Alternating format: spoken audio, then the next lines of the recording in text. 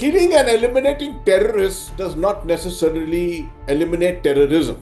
It's plain and simple. It's a Jaish-e-Mohammed operation. And Jaish-e-Mohammed, we all know where it is based. In general, I would say in Pakistan. Rogue element is very much there. From time to time, this keeps happening. What has happened at the moment is recruitment has come down very largely, and we've got a good control over recruitment. This is all nonsense that is being spoken on the TV channels. It is not true. The narrative on the ground is totally different. Fidayeen attacks also, we have not found Kashmiris mostly involved, mostly Pakistanis. If there is a radicalization, it doesn't happen in the open mosque. 10/11. Is this a return to 26/11? Monday's shocking high-intensity suicide car bomb explosion at 7 p.m. just outside a crowded traffic light at the Red Fort in the heart of the Indian capital Delhi killed 12 people and badly injured some 20 or more innocents. It has ripped the lid of a subterranean network of terror that has been operating with impunity across India. Are these sleeper cells? Prodded awake by a newly minted and brazen Pakistan, Field Marshal General Asim Munir sending out a message that India was now fair game? Is this Pakistan's belated answer to Operation Sindoor? Nobody has called out Pakistan so far, not America, not Trump, not India, and certainly not the Saudis with their new military pact with Rawalpindi. In fact, a suicide bomber struck in the South Waziristan district of Pakistan's Khyber Pakhtunkhwa province bordering Afghanistan a day later, and bombs went off in the district court in Islamabad, the Pakistani capital, that Prime Minister Shahbaz Sharif has openly blamed India for. Colluding with Pakistan is a laughable charge. But as India's intelligence agencies come face to face with terror modules that were clearly not born yesterday, from Kashmir to Gujarat to Faridabad and Delhi and Uttar Pradesh, the question is this: is this a return to the time before 26/11 when the Indian Parliament, Coimbatore, Bangalore, Mumbai and Pulwama in 2019 were all easy targets for a jihadi ecosystem that existed just below the radar? The Red Fort blasts lead back to Pulwama, to the banned Jamaat-e-Islami that was banned in 2019 and whose cadres continue to operate. These terror modules, as I said before, didn't come just yesterday. The suicide bomber himself, Dr. Mohammed Umar Nabi, driving a car loaded with explosive material, enough to make several bombs, clearly had plans beyond Delhi. The women in the ranks, the string of doctors, the connections through social media that snake across Afghanistan, Bangladesh to Syria and Turkey, and of course Pakistan, all of these are red flags. The Modi government is sensibly calling it an act of terror. The Prime Minister has said so during his Bhutan visit, in English, that he had zero tolerance to terror. Where will it lead? How must India deal with the return of Islamist terror? Is this the long arm of the Jaish-e-Mohammed? Is this the Islamic State Khorasan province? Or is this Pakistan's unequivocal message that with America looking the other way, the terror trigger is back in the Pindi playbook? Or is Pakistan too a target? Welcome to Global Express. I'm Neena Gopal. Do click on the new Indian Express website and click and share. Back on Global Express is Lieutenant General Syed Ata Hasnain, who commanded the 15th Corps in Jammu and Kashmir and the 21st Strike Corps and was also Chancellor of Central University of Kashmir. Noted commentator and writer on national security and terror. Welcome, General Hasnain. Also with us is Mr. Avinash Mohananey, a former Director General of Police, distinguished IPS officer with over 4 decades of experience. He served in the Intelligence Bureau and he was posted to Pakistan as well as Kashmir. Welcome back to the show, Mr. Mohananey. Thank you, Neena. Thank you for having me. Let me start with you, General Hasnain. Just before the Red Fort blast, India did flex its muscles with a huge naval exercise in the Arabian Sea, Rajasthan and Gujarat, exercise Trishul, which involved 25 warships, 40 jets, 40,000 soldiers, and amphibious operations. Was this a message to Pakistan? Clearly. But there's a whole different dimension of terror which then suddenly has raised its head. You've served in Kashmir.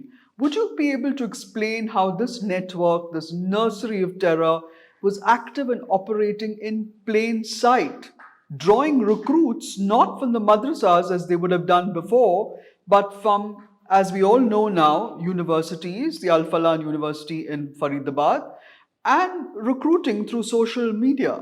Let me start by first commenting on the exercise which you just mentioned. Neena, these kind of exercises take place every year. These are called exercises with troops, EWTs. Of course, this year it's a joint effort. Usually, these exercises are conducted by the army based on the seasonal changes. But yes, deliberately this time, preceding perhaps theaterization, you find a joint integrated kind of an exercise which has taken place from in the southern theater, so to say. I won't link this directly in any way to Operation Sindoor or anything of that kind. These are ongoing events in the military calendar which take place, and clearly they had been designed quite some time ago. Coming to the question of Kashmir and the linkages with Kashmir, yes, the moment I saw from 2019 onwards, I must say that we performed rather well in terms of reducing the strength of terrorists. And this is something which most of us who are aware of Kashmir, have been commenting upon. But anyone who knows Kashmir well, who knows terrorism well, will remember and will realize himself and probably educate everyone with the simple lesson that killing and eliminating terrorists does not necessarily eliminate terrorism. That's a good point. Yes, terrorism is not related to the strength of terrorists. It is essentially a system, it's an ecosystem, as you call it, and consists of various networks which support the terrorists in their conduct of their various activities. Uh, these networks can be of financial nature, they can be linked to narcotics, drugs, they can be linked to ideologues, lots of radical thinking, changing thoughts of people, media networks, similarly, lots of overground workers, people who came and shook hands with me and had a cup of coffee with me in my office, but yet perhaps worked with and for the terrorists and the separatists. You had nothing against them legally, so you could not arrest them, but they continued to do these activities. So this system continues to thrive, and it's a very difficult thing to actually neutralize it. It takes a fairly long time. It takes a generational change to bring about a change in the mindset of the people who really support these overground workers. Now, I'm sure the Indian system, our system in Delhi, understands this completely, fully. We have professionals who have done a marvelous job. For the last 15 years, they've kept India absolutely safe. All our urban centers in northern India, particularly down south, have been generally safe from these kind of activities. What we succeeded in doing was we pushed this entire thing, isolated it in Jammu and Kashmir, where activities carried on, terrorist activities carried on. You had Pathankot attack, you had the Pulwama attack, you had the Pahalgam attack, but none of this transcended across this side into the rest of India. What has changed, sir? So now what has changed is, obviously, if we are linking this with Pakistan, and which is also seems to be probable at the moment, evidence is still being gathered about this, and probably fingers will get pointed subsequently to whoever are the sponsors. What has changed is that it cannot remain restricted to Jammu and Kashmir if you want this thing to sustain itself. The second part thing is that India is growing. We have aspirations of growing. 2047, we are looking at what is called Viksit Bharat, the modern India.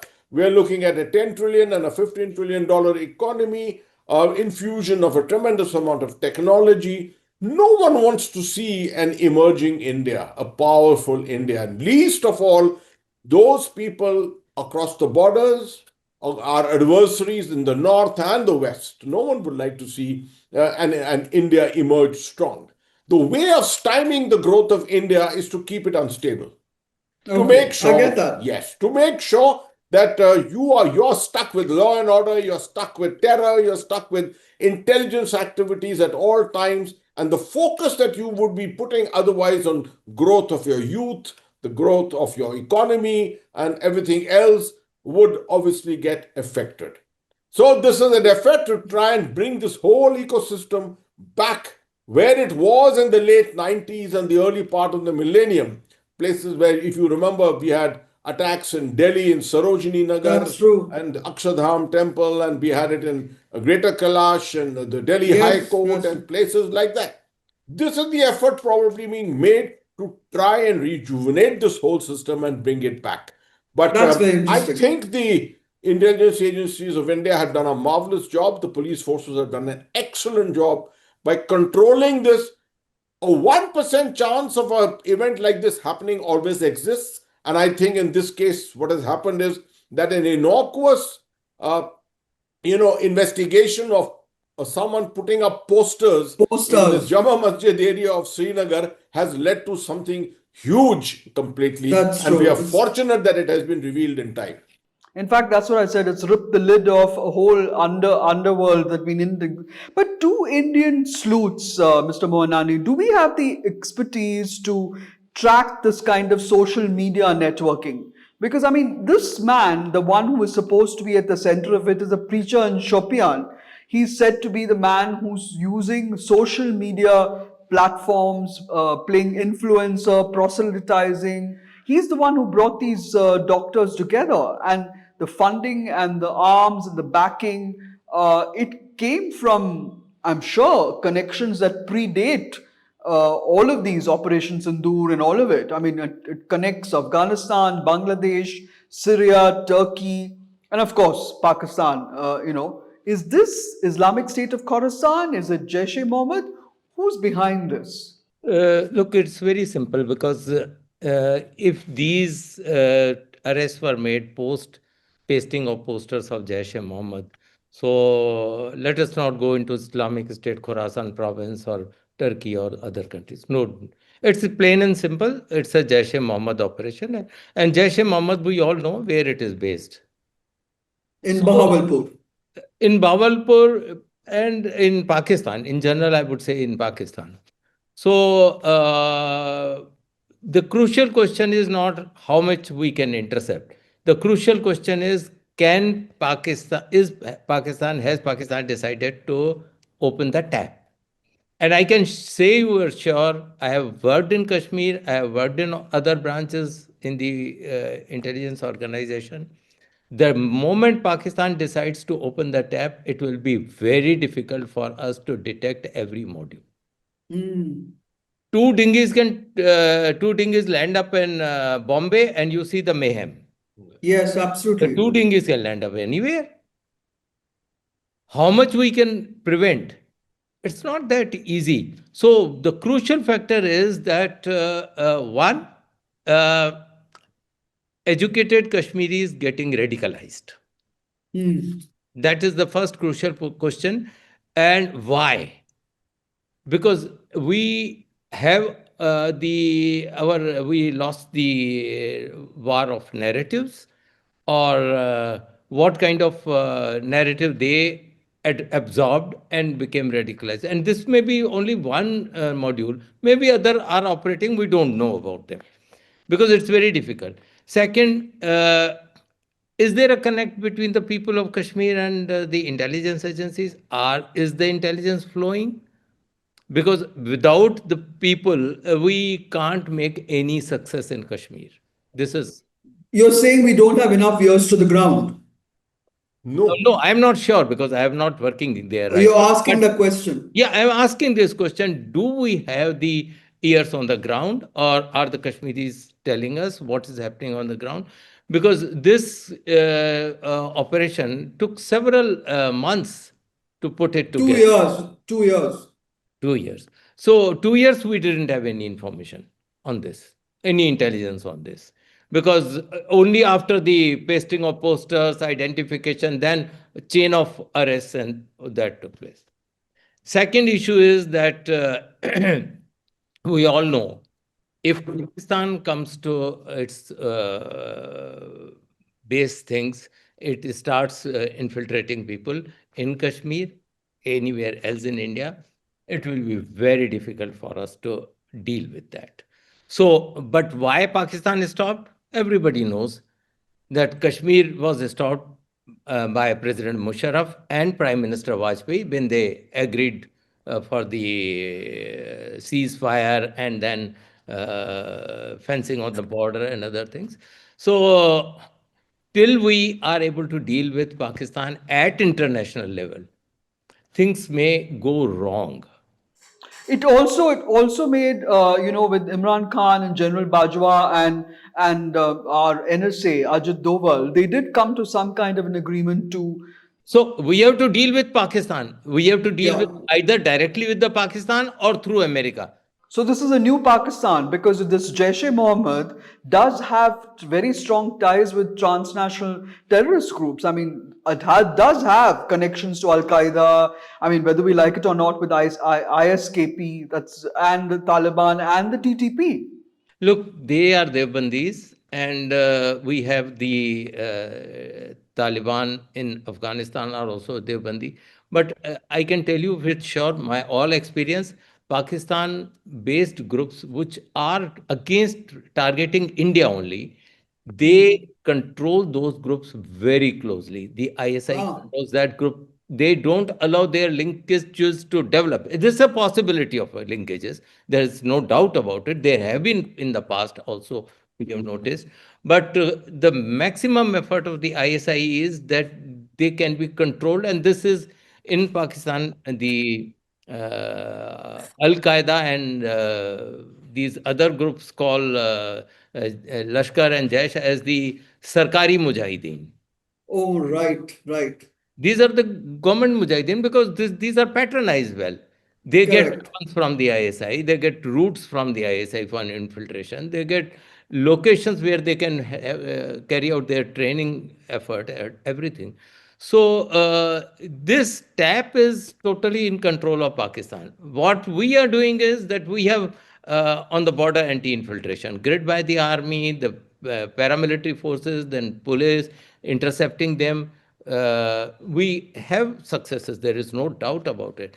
But we should not underestimate the capability of the Pakistan to push these people. And there is a lot of cannon fodder available in Pakistan. There's no limit to it. Is there cannon fodder available in Kashmir? Because I mean, both of you have served in Kashmir, and I was struck by the contrast between what we hear today. I mean, from these doctors and so on and so forth, and the popular narrative that was peddled, until very recently after J&K became a union territory. There's Kashmir's younger generation saying they'd had enough of tear gas shells, they'd had enough of guns, they were turning to running cafes and boutiques and hosting weddings, choosing co-working spaces, which is very suburban India. So they said they want to live without fear, without being seen as villains. So after Baisaram, Kashmiris came out in considerable numbers to openly protest that, attack. Where did that Kashmir go? See, Neena, at no stage can you ever say that the mind of 100% of Kashmiris has converted, has changed. There are wrong assumptions a lot of people make, thinking that these symbolic gestures which happen of people turning out in large numbers, putting up flags and turning up in numbers on Republic Day, etc., has actually manifested in a complete change of heart. That is not true. Of course, a lot of people are very good people in Kashmir, but the rogue element is very much there. And it's so evident from what we have seen at this moment, what is emerging. From time to time, this keeps happening. What has happened at the moment is recruitment has come down very largely, and we've got a good control over recruitment. We have a good control over infiltration, but as Mr. Mohan just said, if Pakistan wants to open the taps, infiltration can always flood us. And you will find somewhere or the other, 100% counter infiltration is never possible. And even as we speak, possibly some efforts would probably be going on somewhere in the Jammu division, because that's the area which has suddenly opened up these days. You're finding more and more attempts going on there. So, not much has really changed. While we may like to imagine it, we like to think about it that way, And yes, we are happy to see things changing dynamically in Kashmir. It's not that as if we have transformed completely and that Pakistan has been defeated in its intent in Kashmir. Those that's exactly what I started my intervention with by telling you that the various networks which have existed all these years continue to remain very much there. They have diluted definitely, but they are not completely eliminated. That's very interesting. What about you? What do you have to say, Mr. Mohanani? Because the Kashmiris' embrace of this terror came as quite a surprise to me, given the narrative that we've been hearing for the last couple of years. Look, narratives all in the Indian TV channels. Okay. So let us not, if I speak on those things, then it will become unpleasant for all those TV channels. This is all nonsense that is being spoken on the TV channels. It is not true. The narrative on the ground is totally different. I am not posted there, so I have no idea of what. But uh, you can see these on the surface. The sometimes the eruptions are there, and they may increase in number, they may not increase in number. It's very organic, so I can't make for sure but any assertion. But the this incident Baisaran, I would say, was a totally different case, because there the terrorists were Pakistanis and they carried out the attack. But here the Kashmiris are there, so the narrative becomes very important.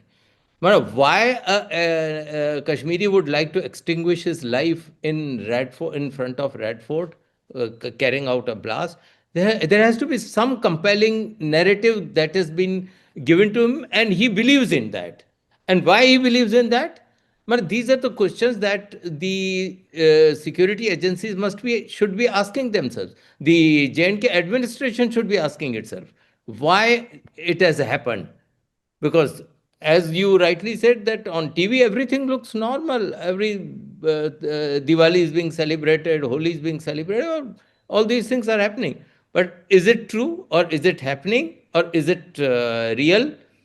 So these questions are the crucial questions that have to be answered, and don't try to find answers in the Indian TV channels. Mr. Bolnani, there's also this intriguing bit about this Dr. Muzammil Ghane, who's supposed to have traveled to Turkey to meet his so-called handler, along with the suicide bomber, this Dr. Umar Nabi. You have another doctor at a medical college in Srinagar. The police found an AK-47 in his locker, and he's apparently part of this thing called the Faridabad module. So, how do we explain this susceptibility to indoctrination? Mr. Mohanani. That was also quite intriguing. Yes, obviously. It's very scary also. It's not that easy to digest, because Kashmiris generally don't extinguish their lives like this. Because suicide attacks, suicide bombing have been very, very rare. It has been done by Jaish. At Badami Bagh cantonment was one incident where the Jaish-e-Mohammed carried out the suicide blast, and then they entered the Badami Bagh cantonment in Srinagar. But generally, this has not been happening. And most of the Fidain attacks, almost more than, I would say, 95, 96% of the Fidains that were launched, they were launched by the Pakistani groups and by Pakistanis. The Kashmiris were not involved in those kinds of attacks. But That's those very things, interesting. And yes, why now?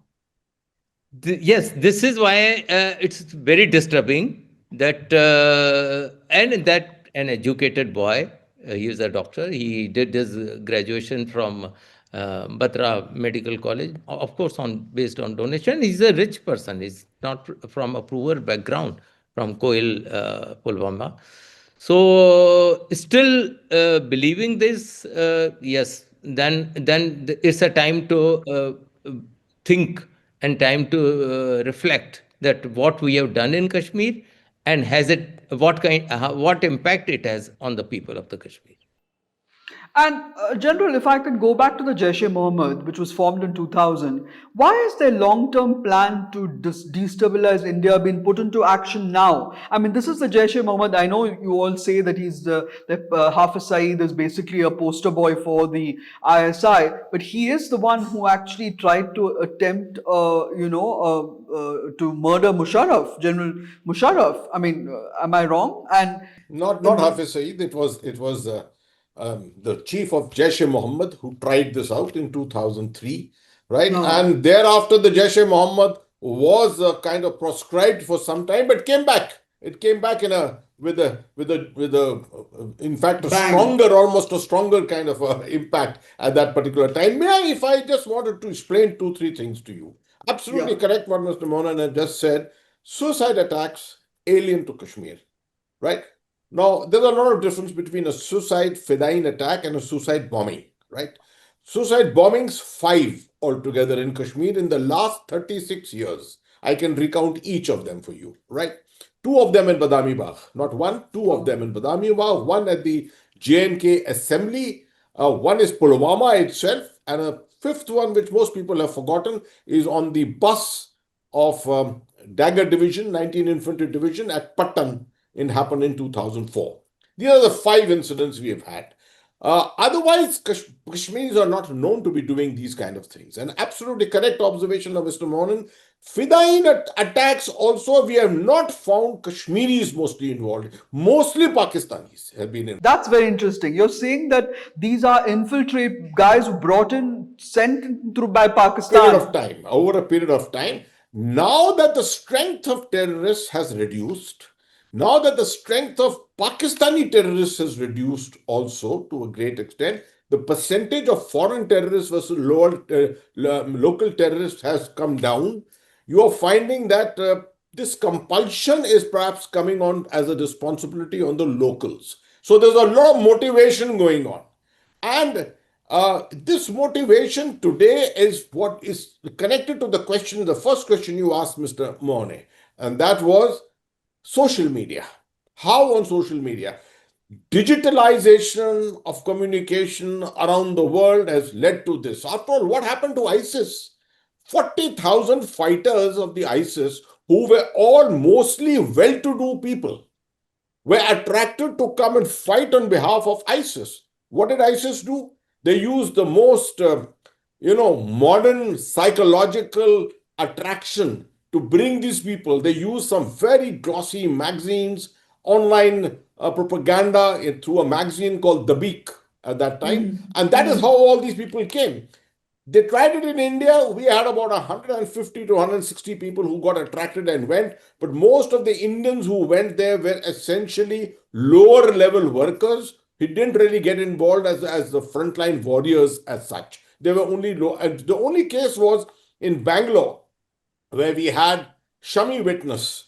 If you Yes, remember, in Bangalore, a man I called do. Shami Witness, 8 months he controlled the ISIS account from there. The various social media accounts sitting in Bangalore until he got discovered. So these networks are huge, and the effect on the younger Islamic community has been fairly profound. Lots of nations around the world have recognized this. Malaysia, Indonesia, Singapore, particularly, were very, very concerned about this and have taken a lot of precautions against it. That I've written about in my article, which I have just published in your newspaper in the New Indian Express this morning. Right. So these are the kind of activities which have led to perhaps a better elements of society to also get radicalized. It's not. You see, ultimately, what is the important thing to understand is who is a radical.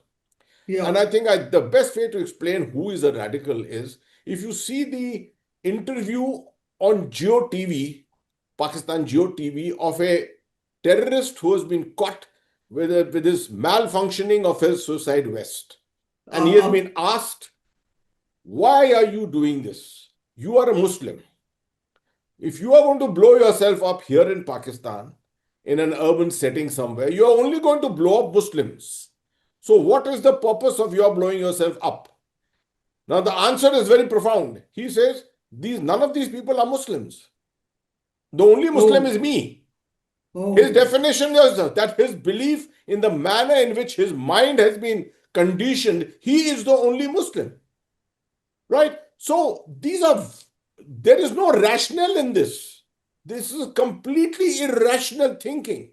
And if you try and apply logic and rational to trying to understand why Dr.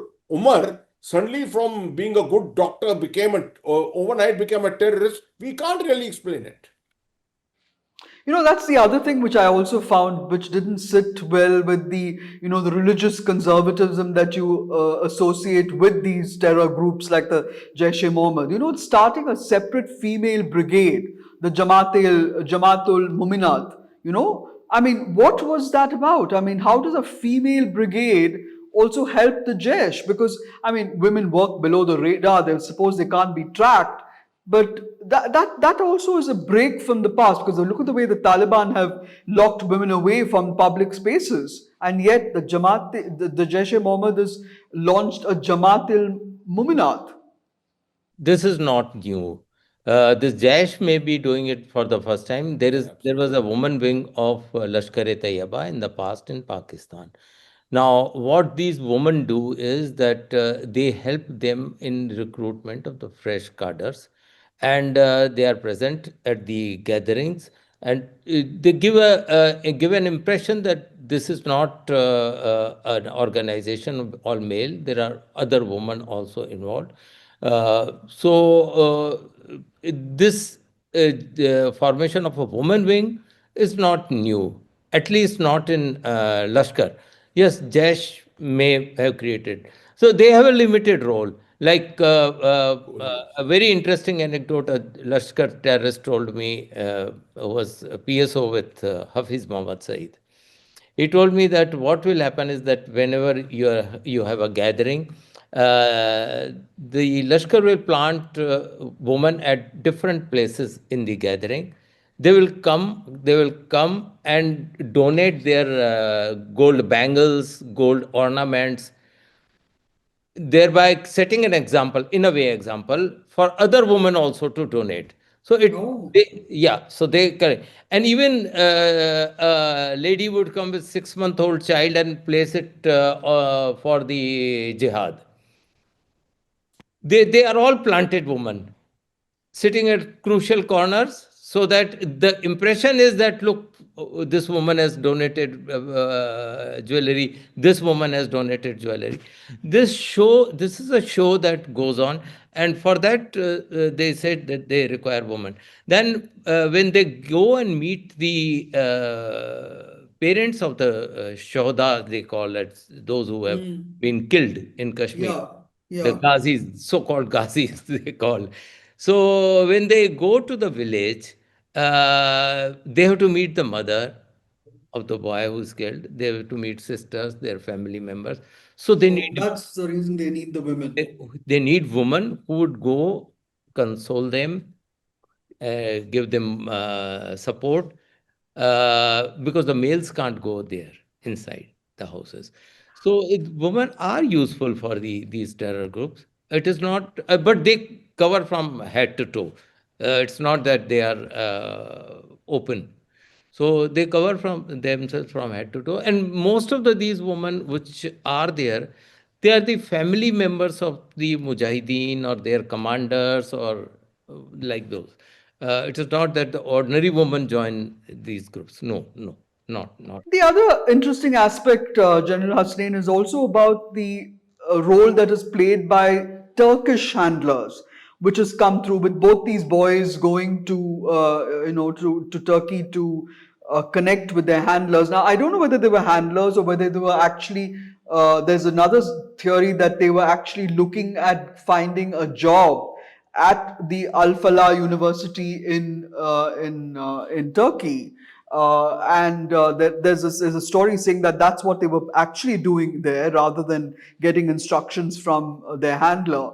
But then now you have Syria as well, where its president is Ahmad al-Sharaa, is being feted in Washington because he's agreed to allow the US to use the Damascus airbase. But I mean, Turkey and Syria have been a hotbed for the ISIS for a long time.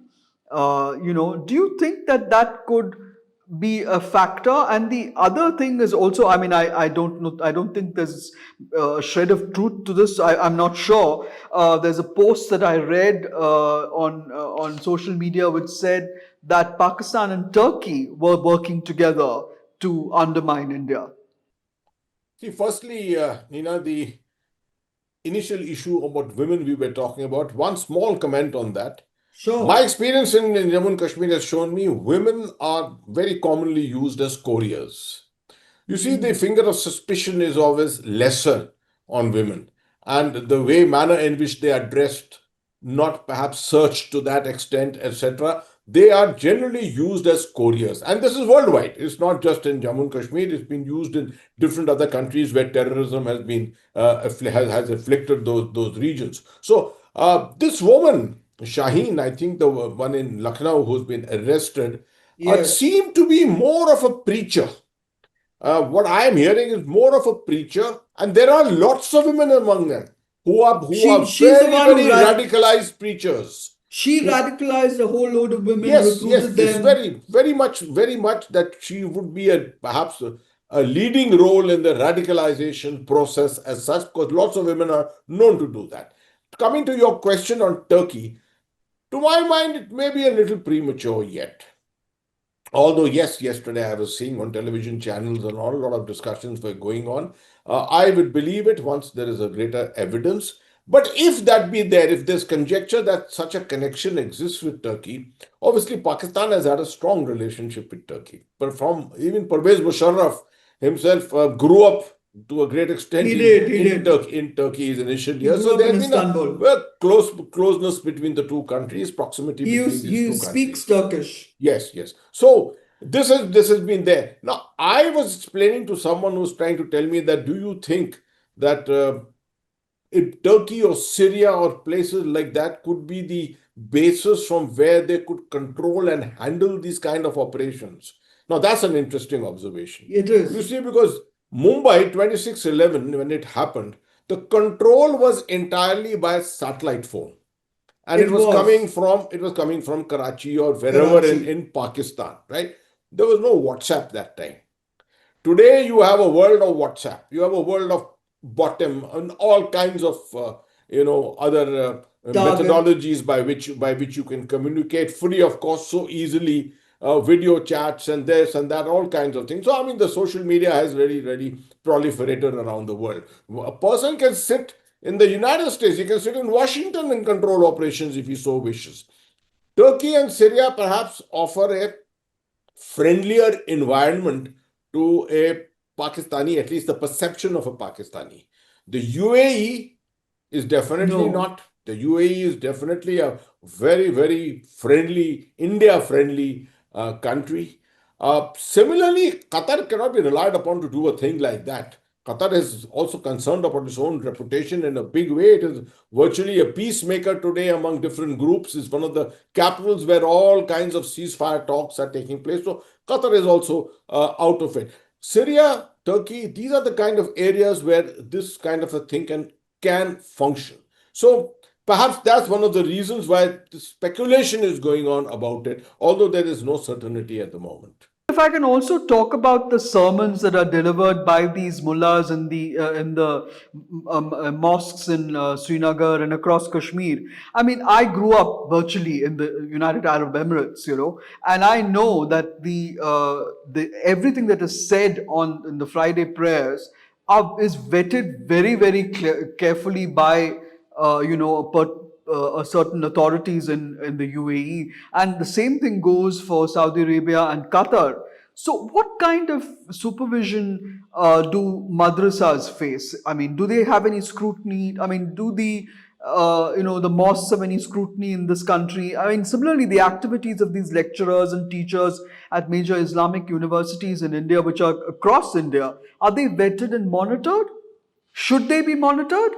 Look, all the khutbas, the Friday prayer khutbas, they are covered by CID and by the other intelligence agencies. So this doesn't go in khutbas, what we are seeing. These are, if there is a radicalization, it doesn't happen in the open mosque, that radicalization. It is after the Friday prayers, etc. Maybe two, three people, five people, 10 people gather and talk amongst themselves. That could be a possibility. So I don't think. And then I would like to dispel this impression that the terrorism originates from madrasas. It is absolutely wrong. In Pakistan, the 60% of the terrorists were educated in government schools. So Wow. the madrasas were all used for the Afghan jihad by They were cannon fodder as basically. a cannon fodder, because there were a lot of Devbandi madrasas that came up, and Devbandi madrasas were used for recruitment, training, and then launching these young boys to Afghanistan. As far as India is concerned, I have interrogated hundreds of people and Pakistanis also. I have not found any madrasa student. I have all found they may be from the poor background. Yes, most of them were poor background, but they were not studying in madrasa. They were school dropouts like Ajmal Kasab and this kind of Yes. frying pakoras, etc., or doing small labor jobs or something. So that is a possibility, but not necessarily the radicalization is done in madrasa. But what madrasa plays a damaging role in Pakistan and elsewhere in the world is that it gives a blinkered view to the recruits, to Yeah. the students there. So those Very students well. can only become a madrasa teacher, or they can become imam at a mosque, and their world view would be very narrow. And that is what we are witnessing in many places in Pakistan and Afghanistan also. I That's think very true. I think Mr. Mohaney has covered this extremely well. You see, He's a this is sensible exactly man. what happened. That's why I wanted him to say it, because he has experience also. I can give you a worldview from inside. You see, having moved around and spoken to a lot of Muslims from within my own community, etc.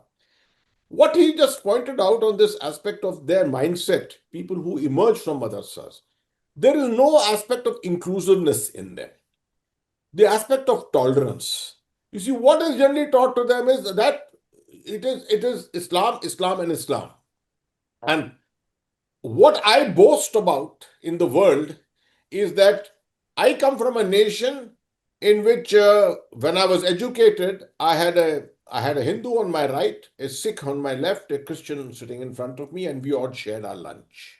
That's Right? India. That is the kind of thing that I always have spoken about. Right? That's But it true. doesn't necessarily happen in the madrasas. You see, the manner in which a child grows in these places does not give him that outlook towards tolerance, and that's the most Hmm. important thing that we are looking at. When a child with that kind of a mind is sort of targeted by any of these groups, it's not very difficult to convert him into something very dastardly towards other communities.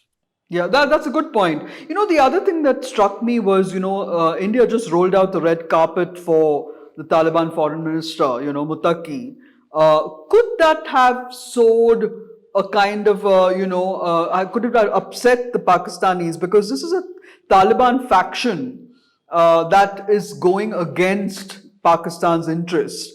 I mean, it's not just these arms were not found just in Kashmir; they were found in Gujarat as well. I mean, the anti-terror squad found suspects with links to international operators, a huge cache of weapons there, and similarly in Faridabad. So, do you think that this was activated by the Pakistan army, which wanted to get at India for tying up with the Taliban? See, Nina, we can keep conjecturing on these things. There is no doubt about it that these weapons are all over the place. They are hidden and concealed. They will emerge at a time when people want them to emerge, right? And these networks are all about this. concealment of these kind of resources. As far as as far as the Afghan Taliban is concerned, it is India's lookout, it is India's foreign policy. And I think we are acting in our interest. We are looking That we at are. we are That we looking at are. Afghanistan, which was always considered potentially as the strategic depth of Pakistan. If you are reducing that, diluting that strategic depth by having a friendly relationship with the Afghan Taliban, so be it. And even if the Pakistanis think that by targeting us with terror acts is going to help them dent the relationship between India and Afghanistan, they got to think again all over again. What do you have to say, Mr. Mohananey, on that? Look, Neena, this TTP problem is not because that we are now having a relations with the Afghan Taliban. TTP problem is much old. TTP was formed in 2007 when Musharraf carried out operation in Lal Masjid in Islamabad. That's right. So it's a domestic grown terrorism for Pakistan. It is not either sponsored by the Afghanistan or anyway connected to it. No, I'm saying that this terror uptick in India, is it something that Pakistan has unleashed on us because they are uncomfortable with the fact that we have built bridges with the No, Taliban. no. Look, this has been the issue between the two countries, India and Pakistan, is Kashmir. That's We don't right. want to talk on Kashmir. Pakistan wants India to talk on Kashmir. Okay. Now, in the past, they thought that they can use violence as a leverage to bring us on the dialogue table. That didn't work, and ultimately, the Americans pressurized Pakistan to back off. So they backed off. But the issue is not gone. So if they think that, again, they think that sponsoring terrorism or carrying out attacks in Jammu Kashmir or from Jammu Kashmir to other places of India can force India to open The dialogue, negotiating table. bring India to negotiating table. That may be the thing. And then the general impression within Pakistan's strategic circles, I would say, well, common man doesn't bother there. I have lived there. They are not bothered about Kashmir or anything. But in there, the feeling would be that has the army, the present army chief, compromised so much, that is the blame that goes to Bajwa, that Bajwa compromised with India. Economic, he said the economic strategic thinking, eco-strategic thinking, and not the this jihad thinking. So, if you have to be to assert yourself as the macho army chief, obviously you will say that look, I have not surrendered to India. I have not surrendered Yeah. to anyone. So You're right. I agree with you. Militarily, sir, General Hasnain, why do you think we are treading so cautiously in not naming Pakistan as the perpetrator behind 10/11? Because militarily, I mean, if India does take this to the next level, does it have the ability to execute another Operation Sindoor? Is it even looking at that? Or is it Not going See, to. Operation Sindoor 2.0 has been spoken of very often. It can always be launched. But I think the Indian top leadership, both political and military, is far more mature than what people may be thinking. They may be thinking this is as Mr. Mohaney said, this is a creation of Indian media. That for every action there will be a reaction from India and then we will go to war. Wars and conflicts do not resolve issues, right? Wars in the world today are not winnable. You are seeing what's happened in Russia and Ukraine. You've seen what's happened in Gaza. The war is not being won by Israel under any circumstances. So I think we got to take a step back and think about this. And this is exactly what our leadership is showing maturity about. They want to make sure that everything is in our national interest. Otherwise, if I was sitting in Pakistan, I would try and launch a terrorist attack on every second day or every 10th day.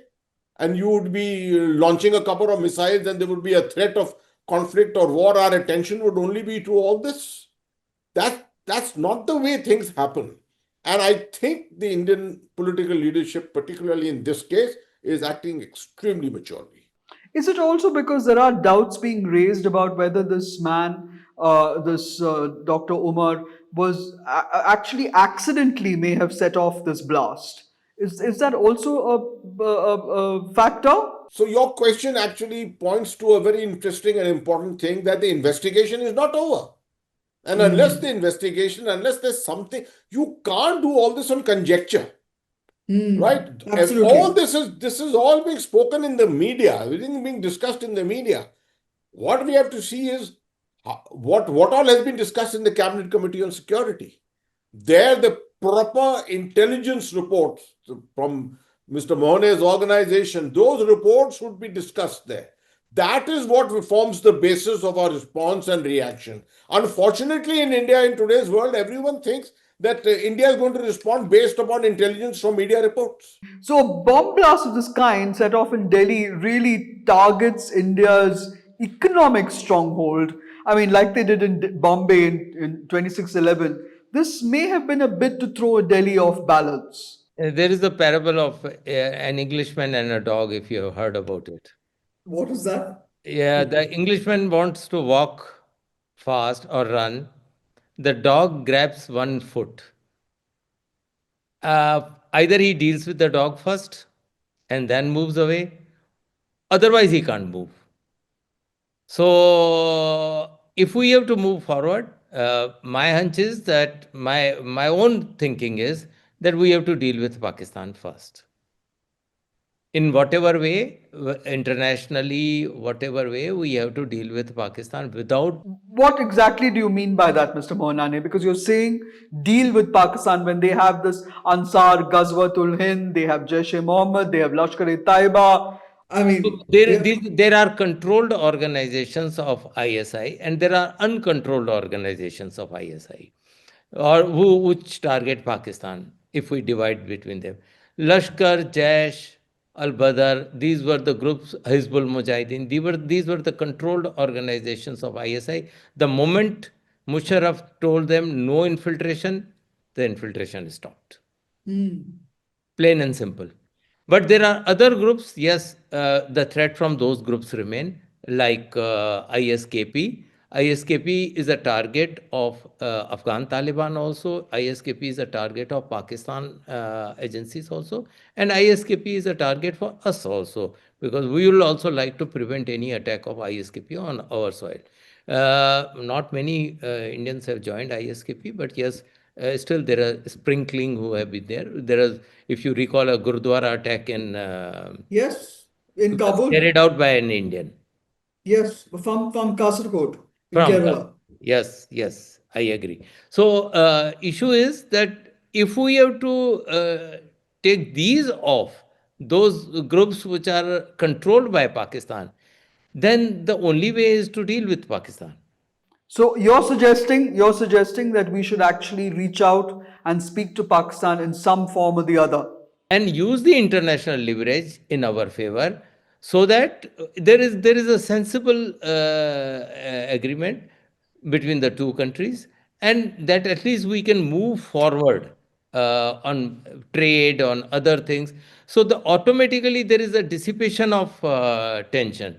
Because I have seen in Pakistan, the moment there is anger on both sides, the diplomatic staff feels the heat. Yes, it And does. if it eases out, suddenly you see everybody is there. There is so much of bonhomie there. Offering you jalebis. Yeah, yeah, they will offer you anything. Oh, when I went to Lahore for Prime Minister's visit, the Pakistanis were flying kite in the circuit house. They offered us, you also fly a kite. So we also joined them in flying a kite. So it all depends on the Indo-Pak relations. The dynamics of the Indo-Pak relationship decides how the two countries are going to react, and their media, of course, will react accordingly. That's very well Suddenly you put. will see bonhomie, suddenly you will see anger. So, whatever way, this is for the foreign policy experts to work out. But my hunch is that without dealing with Pakistan, we can't move forward. That's very well put. General Hasnain, would you like to make a concluding remark too? Well, I would like to say that I think the way things are at the moment, um, obviously the relationship between India and Pakistan is at such a stage where we cannot expect things to move in the direction which is being recommended by Mohanty, which is a very correct recommendation what he is making. But it will take much more time for things to change. What General Bajwa was attempting to do was good, actually, in many ways. We heard him out 2 or 3 times that he spoke at various major seminars in Islamabad, and he did speak about, changing Pakistan's outlook towards the region of peace with India, and that In we have fact, to he get also together. brought in a group of journalists to his home for Eid, Absolutely, and absolutely. he told them what he Yes. wanted to do. So, but with coming up General or Field Marshal Asim Munir, I'm not very hopeful because he seems to be a completely different kind of a personality. And every day we are seeing a progression of events like what has happened with the 27th Amendment just now, Yes, giving him superpowers completely and Chief of Defense Staff and this and that and all kinds of things. He will ultimately end up as the Field Marshal, something like what Ayub Khan was at some time. He also wants to take over the courts. He wants to override the Supreme Court with the federal court. Yes, absolutely. And with holding him everything against himself to be removed. I mean, he cannot be prosecuted for life. That's the kind of thing that we are hearing correct. from Pakistan today. So, with this kind of an approach and attitude of a leader there, I cannot contemplate a situation anytime in the near future which could result, and with the kind of backing that he's getting from the United States, from Mr. Trump and things like that, the favorite field marshal of the world, the most favorite field marshal of the world. So, with all that thing happening, I think we are looking down a rather bleak kind of a period emerging. And it's the strength of our intelligence agencies and police forces, definitely in our urban centers. Counter terrorism more than counter insurgency today is the more important aspect, and that has to be fought out by the intelligence agencies and the police forces. So, and as you've written also, you've said the number of terrorists have gone down from 4,500 to 100 in Jammu and Kashmir itself. So that is quite something that they've achieved. But they need to, but this terror network which has been unearthed, this which obviously has been in the making for quite some time, is definitely a worry for Indian and the Just what. one Sure. sentence or two, three sentences. Uh, 2001, we had the parliament attack. Yes. 2002, we had the Kaluchak attack. And we had OP Parakram going on the border. It was all tense. Nobody even thought that we can have a dialogue with Pakistan. And we have a ceasefire in 2003 November, within a year. And then you have a Prime Minister of India, Mr. Vajpayee, visiting Pakistan in the SARC summit, and we have the dialogue In January. in January. So if the both leadership on the both sides decide, it can happen in just Minutes. Yeah, that's true. days, That's a fact. days, and we don't have to be very pessimistic about it. I am certainly not, because ultimately this is the only way out. That's very well put. I mean, India has been also very careful this time not to point fingers until it has all the facts on the ground. It's been very clear about that. These roads, all the roads do lead back to Pulwama. So we don't know what's on the cards because, Narendra Modi, the Prime Minister, has said we'll go after the perpetrators. So as you both said, we've seen Pulwama, we've seen Balakot, we've seen Operation Sindoor. We don't know what will come next. These are violent ideologies which we are seeing being weaponized. And Pakistan's military and its proxies in action. But they're taking a very calculated strategy, I think, to destabilize India at the current moment. Thank you very much, General Hasnain, Thank you. for Thank coming on you. the show. Thank you, Mr. Mohananey, for Thank coming you, on the show. thank you, Neena. Thank you, Neena, for Thank you, Neena. Thank you. Thank you, viewers. Do click on the New Indian Express website and click and share Global Express.